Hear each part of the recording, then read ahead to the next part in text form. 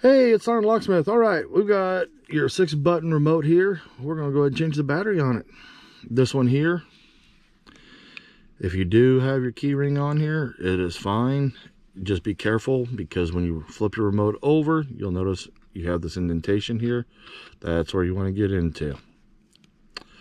So with that being said, go ahead and take your flat tip screwdriver and go to the corner and just lift up, and you notice the back cover came off.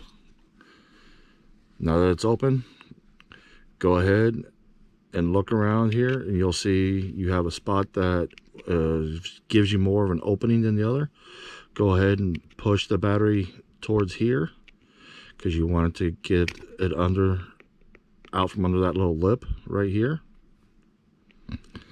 So we'll go ahead and push it, and when we do it, we go ahead and just lift up, and you'll notice the battery's starting to come up. Battery's popped out.